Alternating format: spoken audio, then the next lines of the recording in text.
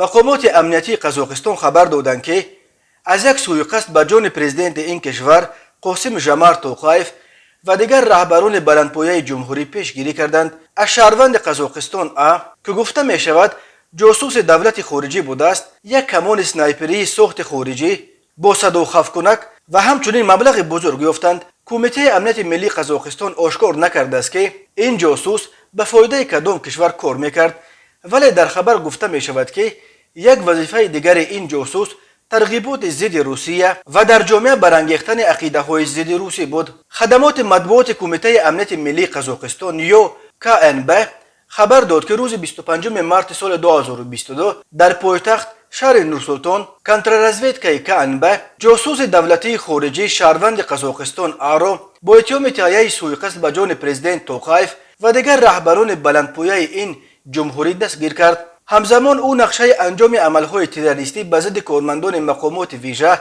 و حفظ حقوق را داشت. گفته می شود در خبر هنگام گفتگو از این نفر یک کمان سنایپری استحصال خارجی با صدا خفکنک، مواد مخدر و پول زیاد پیدا کردند.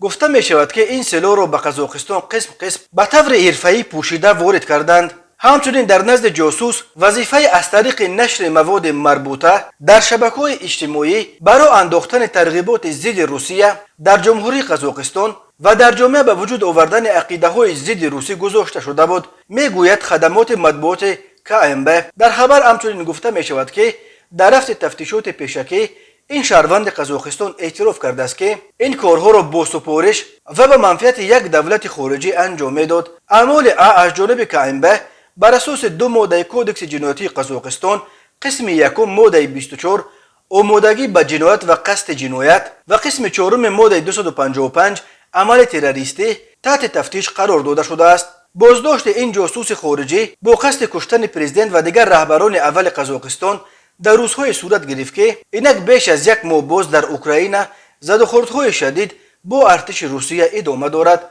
همچنین یادآور میشویم که در اول ماه ینور سال 2022 در قزاقستان اعتراضهای گسترده صورت گرفت که به خشونت پیچید و در جریان آن دست کم 203 کس کشته شد. مقامات قزاقستان مسئولیت این حادثه ها را به گروه های بین المللی تروریستی بار کردند، ولی یگان دلیل جدی آورده نتوانستند. در پی اعتراض های ماه ینور قریب تمام رهبران KNB با شمول رئیس وقتش کریم مسیموف با اتهامات سنگین به مثل خیانت به دولت به حبس گرفته شدند.